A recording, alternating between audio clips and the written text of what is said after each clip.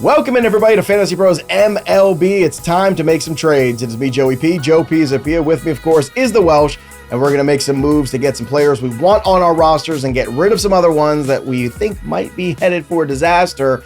So pay attention, get the notepad out, and let's try to wheel and deal. Welsh, I want to start with a guy who is an MVP candidate.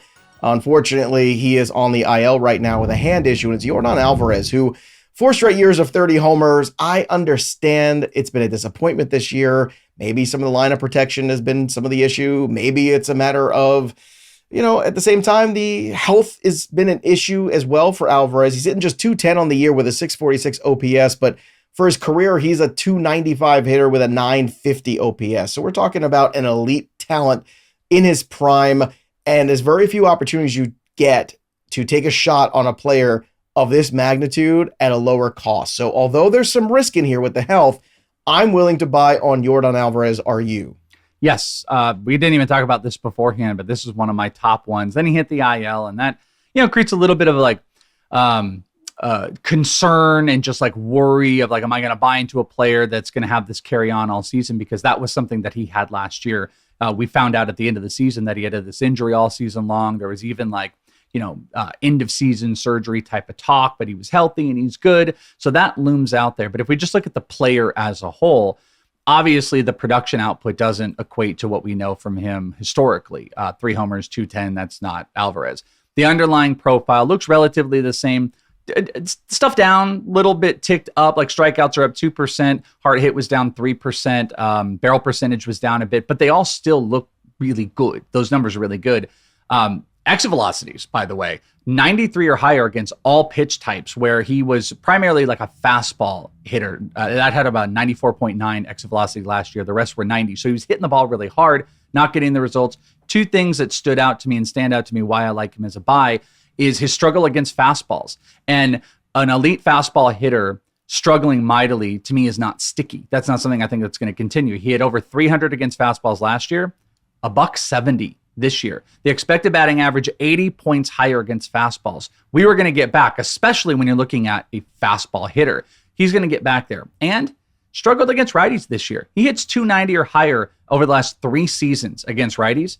He was under 200 this year. I don't think those 2 things are going to stick. I think we're going to come back around. Maybe this will be a rest period and not something really worrisome.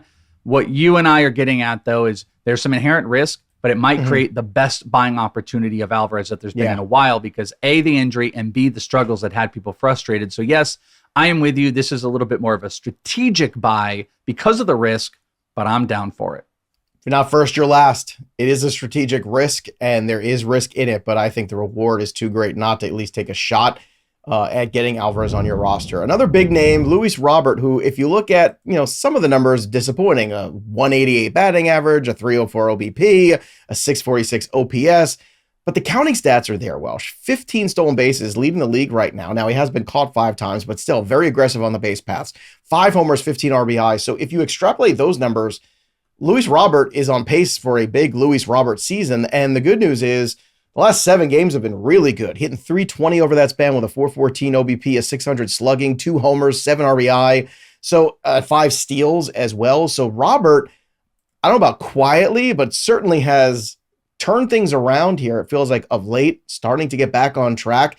And I think those overall numbers are still bad enough where he's a potential easy buy low. What do you think? He's weird because it's in one hand, you have atrocious batting average with a bad team. In the other hand, you have the league leader in stolen bases in Luis Robert, who has loud power numbers. So he's an odd one of what side wins? Is it I got to get out from him because I think this is where this can go. Is people could be well, his hitting profile looks really bad and I just got to get out. He's hitting 188, but he's got the league lead in stolen bases, so we can get something for him instead of the inverse. And I would probably play a little bit more of that inverse in that we know he's going to get traded. I think, unfortunately, Robert's a little bit of a I'm playing on a bad team and kind of playing down. You don't love that when players do that. They play up when they're on a good team. But when and if he gets traded, which there's a rumor out there that he was going to be traded before Memorial Day, I think that's a huge boost if he's in a bigger offense. He's probably going to try harder, which you hate to say, but it's probably true. There's a bunch more support around it. And the underlying profile, he's hitting the ball really hard. He's barreling the second most that he's ever done in his career. He's hitting the ball hard. He's walking more. He's stealing bases. The counting stats are there. If you have some more lineup protection, he might be a guy that you want to buy in on. So even if the bad average brings him down and the stolen bases bring him back up to equal value of what Luis Robert is, he's probably still a decent buy right now because of those stats and a potential trade that could be out there. So I'm with you. I'd be trying to acquire him right now because once he gets going or he gets traded, we're done with. You're not going to be able to, nothing will make sense in the buying market of Luis Robert. I still think the Mets are going to be in on that too. They have a big giant hole right now with a lot of injuries in center field, and Luis Robert would be perfect there. And talk about adding a formidable bat for the playoffs too in the stretch run. That would be a huge win for them. Couple arms we want to acquire. I know we discussed Aaron Nola before, but he finally got his first win. So if you're with us before this discussion, then you're already ahead of the game. But just in case you're still dragging behind, Aaron Nola does this every single year. He has a stretch, usually of a couple bad starts. We all go, what in the world is wrong with him? And then he gets it right. What's right about Aaron Nola is his K/9 is still at 9.8. That is elite territory. His ERA is down now from 5 to 4.61. But the good news is the FIP is at 3.87. The xFIP is at 3.25. So Aaron Nola will be fine. And he is one of the most durable pitchers in baseball. This might be the last chance, Welsh, to acquire him. Yeah, I'm a little bit indifferent I'm not as aggressive with you on this one. The thing that I like about Aaron Nola is he's an innings eater on a great team that's going to pick up wins. I'm a little bit, his fastball is struggling right now, and that's what's kind of holding him back. His walks are up. His walks are the highest they've been since 2020, but his strikeouts are up as well. Expected ERA isn't telling us this great story, but I think that's actually kind of a positive in the buying market for him because most of the underlying stats are showing you like this is an over 4 ERA guy. But what we know is he can rattle off a handful of starts that can get him to a mid-3s ERA guy with great offensive support. He's going to get you tons and tons of innings, and I don't think these are wasted innings. So my aggressiveness is probably going to be a tiny bit different than yours, but I like the idea of buying, especially for people that are just like, this is boring. This isn't working. He's mid. This isn't happening. I want flashy. I want big stars. People might be just trying to there's this weird thing that's in my brain of like, who would you rather have rest of the season, Aaron Nola or Bubba Chandler? And that one's so tough because it's like not tough at all for me. I want the guy who's going out there throwing 190 innings, making 30 starts on a great team with a great offense. Maybe. No, I don't think it's a Bubba's maybe huge for me. Bubba's strikeouts, fun. when he's there, he might be there for good. Think of what Jared Jones did in that 5-inning pitcher. I think Aaron Nola at his best is a 7-inning pitcher. Yeah, no, and that's the argument. And I think Aaron Nola is just, I think he gets he gets dinged because he always has stretches like this every year where he's bad. It just so happens this one's up front this year. Sometimes they're in the middle of the season. I've had Aaron Nola shares enough over the years to recognize you just got to ride the wave here. But this is always what keeps him away from that elite territory is he always has a bad stretch for a couple starts. Yeah. Everything else looks good. He's turned it around, and maybe somebody who's got him thinks, oh, good start. Now's the chance I can get out from him. Take that opportunity. Be the helping hand. While the bad starts are gone. While they're behind us. Exactly. You've already passed all that. Dylan Cease, K/9 still very high, above 10. That is super fantastic.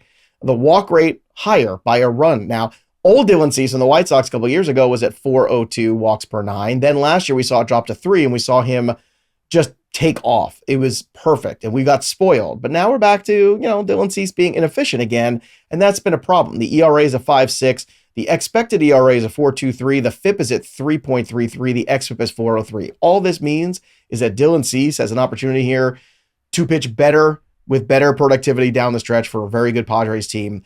You don't get to buy elite players very often. I think we've got 4 very good ones right here on this list. Dylan Cease being the last one that I think you go out there and you be aggressive and you try to acquire him. Yeah, there's some warts that are out there, but I agree with this. Like this is like an elite strikeout pitcher. We know the runs he can go on. The difference with him and a guy like Aaron Nola clearly is like we can get just 10 and 11 strikeout games across the board. It's a great pitching environment.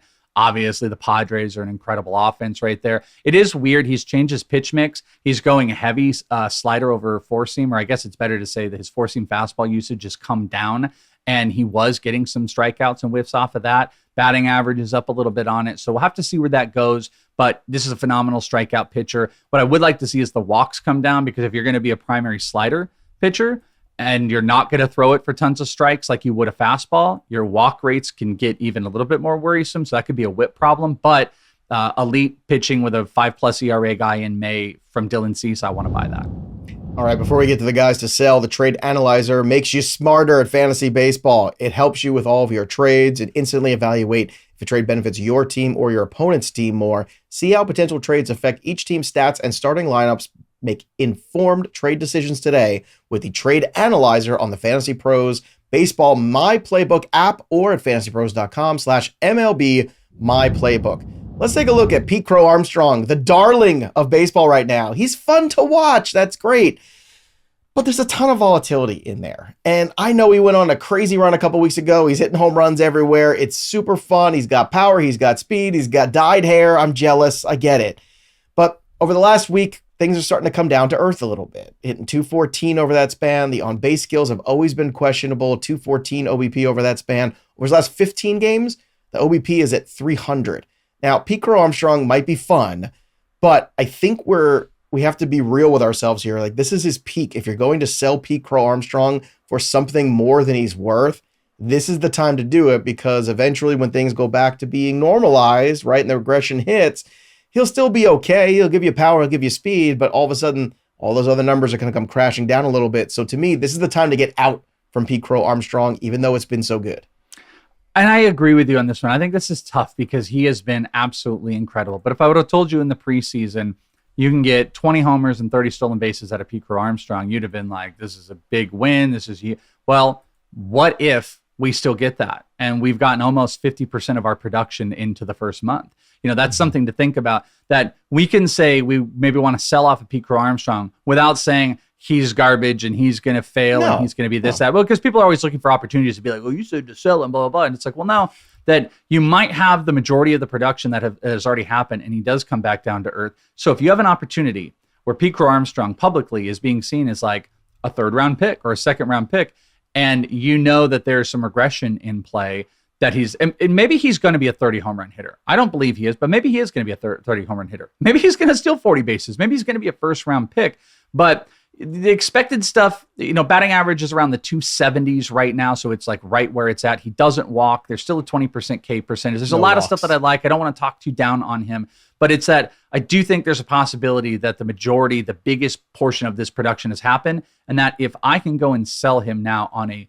big sell, this is a sell high sell, then I think I'm open to it, because I'm not sure I'm going to see more than a 20-30 guy for him the rest of the season. But he's made a bunch of good changes. Zone contact is up.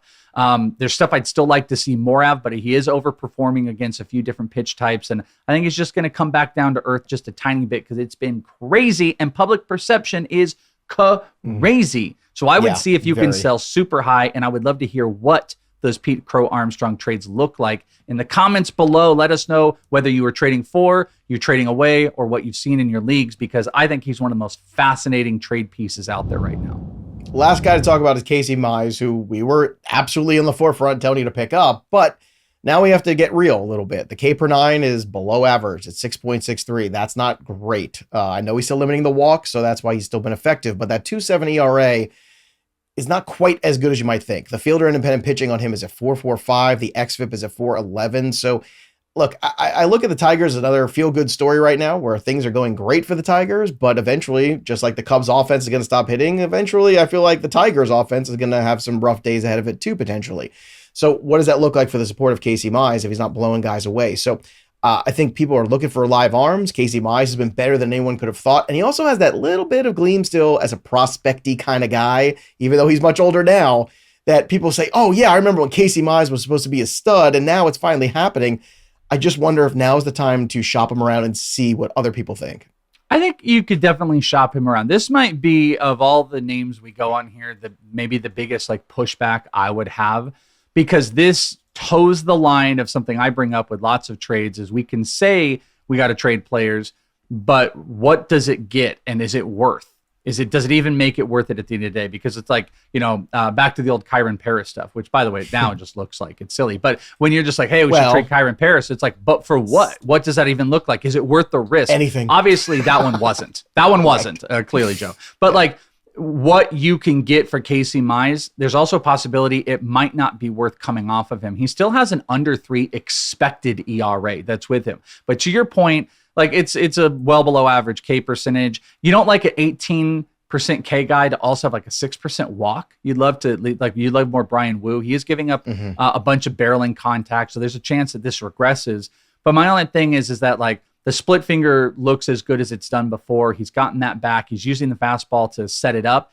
I don't know what the trade looks like, and you might be better set just holding on and taking the risk the rest of the season. But as you mentioned, there's a possibility that people out there might have the number one overall first pick out there, that he's bouncing back, the Tigers, and there might be this bigger acquisition you could do. And I do think I'm open to that because I think he's going to regress back. I do not think he'll be a sub-3 ERA guy at the end of the year. He just might be a serviceable back end of your rotation. So take advantage of that if your league mates are allowing that. All right, and take advantage of all the content here. Subscribe to Fantasy Pros MLB. Drop your comments below. Ring the bell till it goes ding for notifications. And who knows, you just might get yourself a Jose Ramirez autographed jersey from Pristine Auction. If you do, that's what we're giving away this month. That'll do it for us, but the story of the game goes on. For the Welsh, I'm Joey P. We'll see you next time, kids.